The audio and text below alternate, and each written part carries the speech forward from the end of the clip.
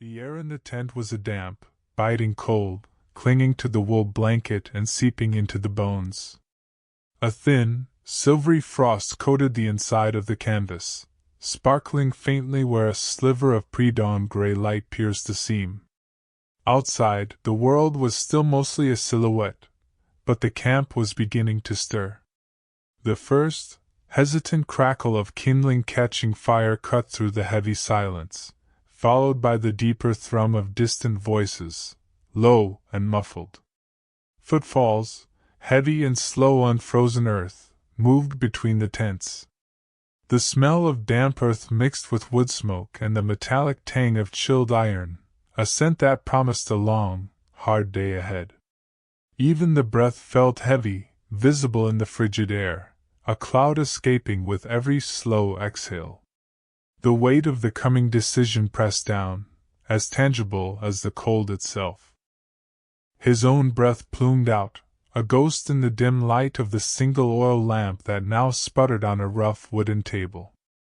The flame cast long, dancing shadows on the taut canvas walls, making the small space feel even more confined, like the belly of a sleeping beast. A rich, earthy scent of damp canvas mingled with the dry, aged aroma of tanned leather from his worn campaign chair and the maps unrolled nearby.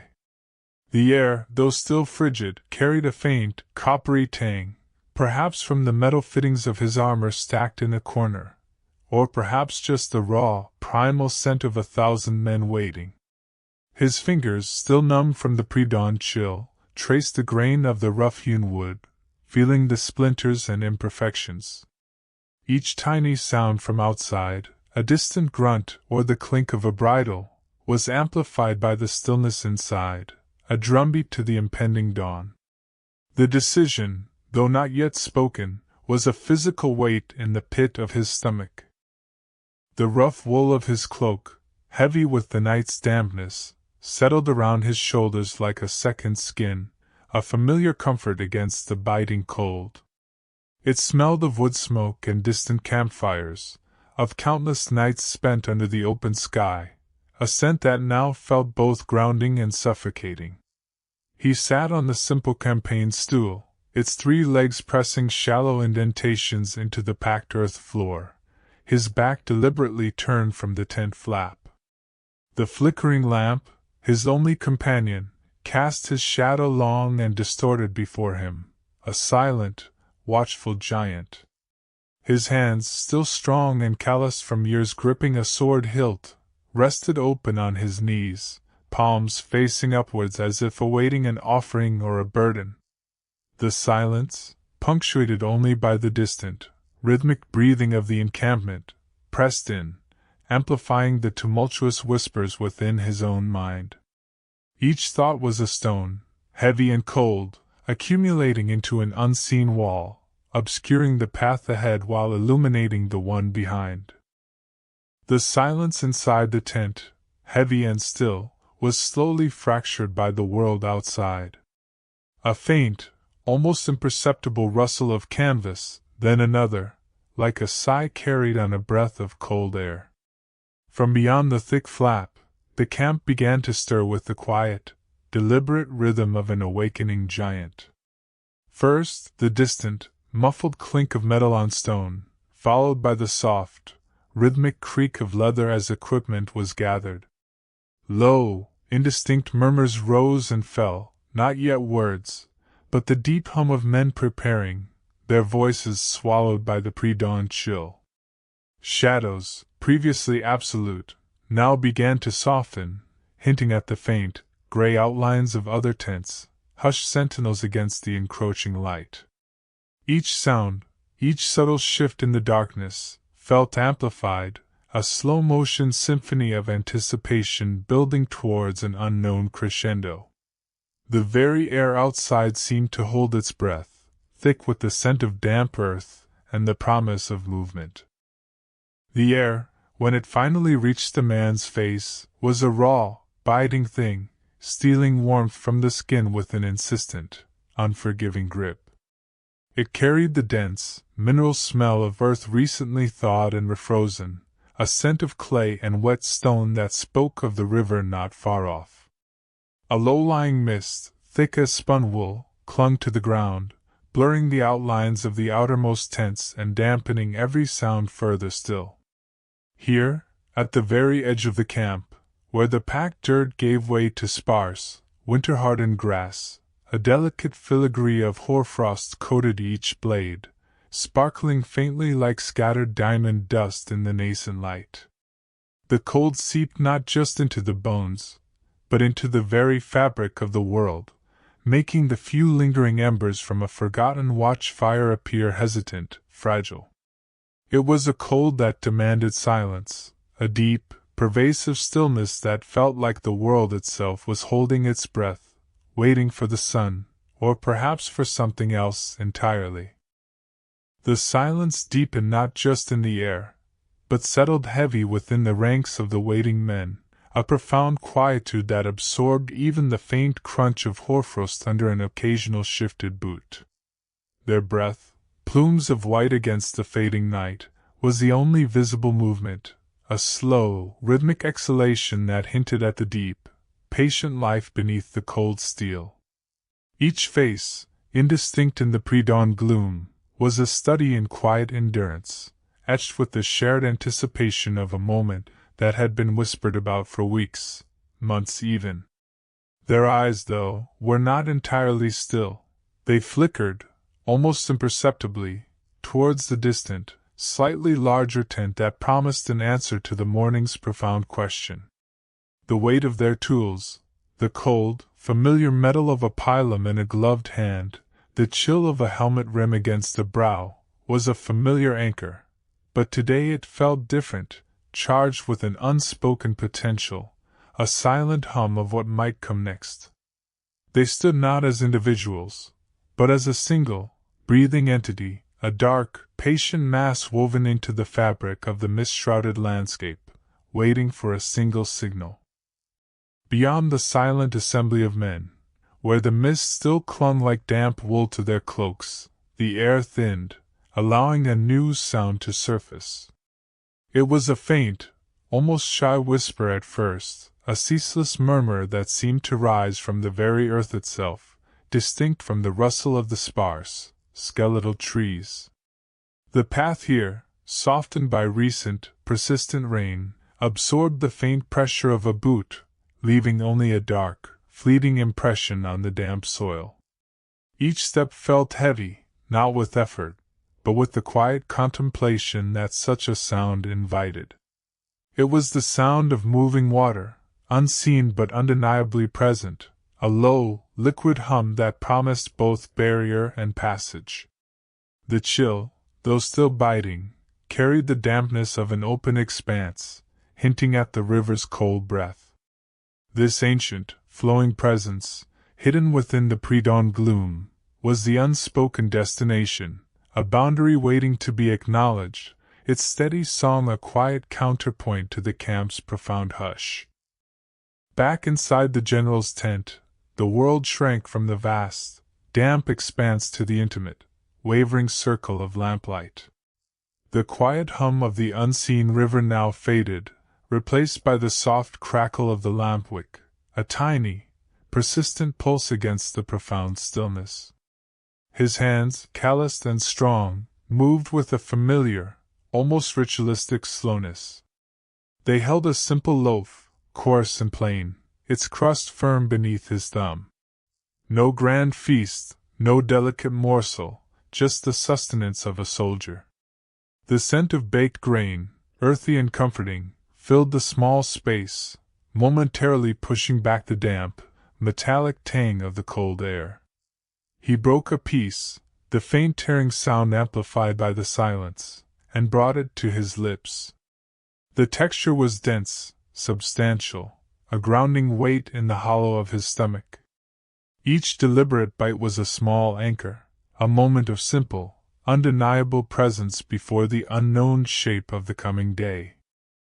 The last bite swallowed, the general felt a subtle shift, a barely perceptible loosening in the deep, cold fabric of the night. He lifted the tent flap, and the immediate world widened, revealing not the full light of day, but its hesitant, unfolding promise. Eastward, beyond the dark, sleeping forms of his men and the faint, smoldering embers of campfires, the horizon was no longer a featureless black. A profound indigo, almost purple, bled into a lighter, bruised gray along the furthest edge, where the sky met the low, indistinct line of distant hills. The air, still damp and heavy with the earth's slumber, now carried a faint, clean chill, an invisible tide pushing back against the lingering darkness. A single, almost imperceptible sliver of pale rose emerged, a quiet whisper against the vast, patient canvas of the sky. It was the world breathing in, preparing to exhale. He turned from the sliver of pale rose, the quiet whisper of the sky, and stepped back into the tent's close, shadowed warmth. The air within was still dense with the scent of old leather and lamp oil, a familiar, comforting weight. From a nearby chest, his hand found the cool, smooth heft of a polished bronze plate, its surface catching a faint gleam from a flickering lantern. A low rustle of thick wool and linen followed as he pulled on the padded undertunic, the fabric settling with a soft sigh around his shoulders. Then came the leather straps, stiff and yielding under his fingers, cinching the bronze pieces into place. Each buckle clicked, a sharp, precise sound, echoing slightly in the stillness, as if locking not just metal to leather, but intention to fate. The familiar weight of the armor, piece by piece, settled onto his frame, a second skin of protection and authority. He felt the firm press of the shoulder guards, the snug embrace of the breastplate, each securing strap pulling taut against his muscles. It was a ritual, a silent, almost meditative act, the sounds of preparation the only company in the pre-dawn quiet. He pushed aside the heavy tent flap, and the cold, damp air of the pre-dawn struck his face, sharp and clean after the enclosed warmth. His breath plumed white for a moment, dissolving into the pale, uncertain light. Before him, the gathered men stood in ordered ranks, a silent sea of shadowed forms stretching into the gloom, their helmets catching the first tentative glow from the eastern horizon. A profound stillness hung in the air, broken only by the faint murmur of a nearby stream and the occasional, almost imperceptible shift of a horse's weight. The general felt the eyes of thousands upon him, a silent, weighty expectation that pressed in from all sides. The metal of his armor, cool against his skin inside the padding, felt like an extension of his very will.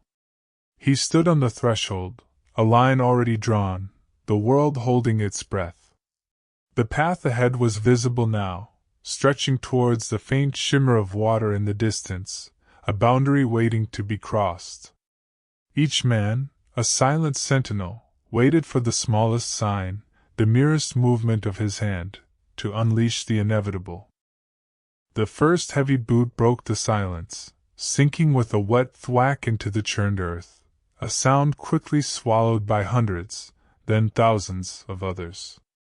A low, guttural murmur rose, the collective breath of men moving in unison, punctuated by the rhythmic crunch of gravel underfoot and the slick squelch of mud.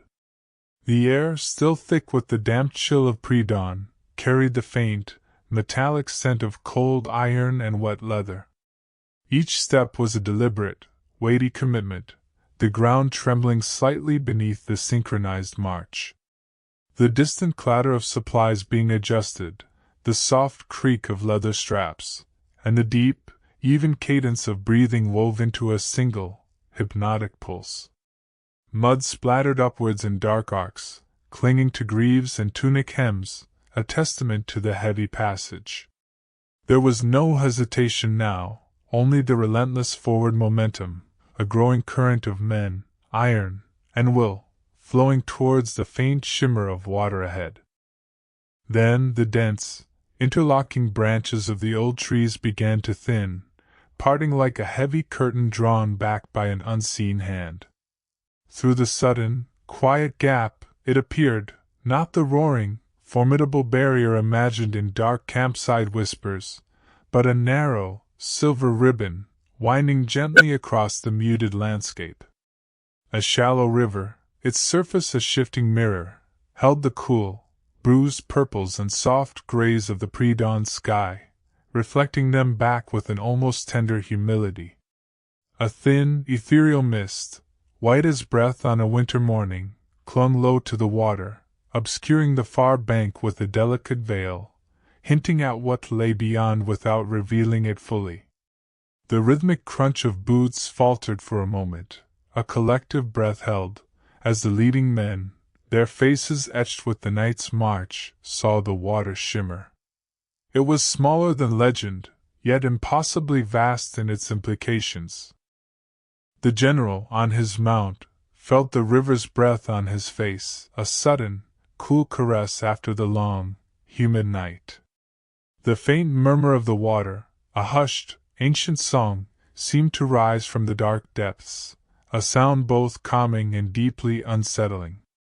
His cloak, heavy with the night's dampness, stirred against his leg as a soft wind ghosted through the reeds, carrying the scent of damp earth and distant, sleeping fields.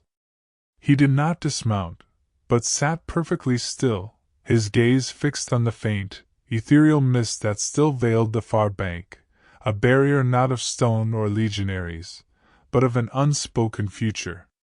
The cold steel of his saddle, the familiar leather of the reins, offered a small, solid anchor in a world suddenly rendered fluid and uncertain.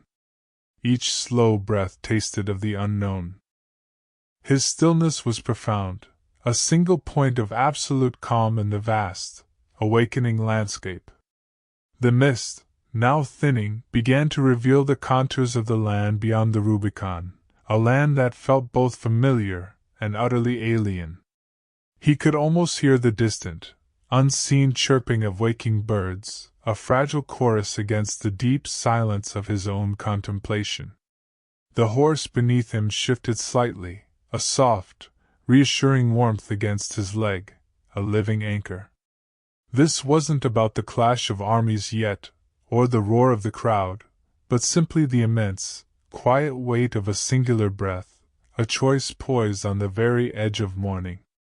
Every human, at some point, stands on such a riverbank, gazing into a future that hinges on a single, irrevocable step. The air itself seemed to hum with the unspoken question, a silent vibration against his skin, urging him forward, or holding him back.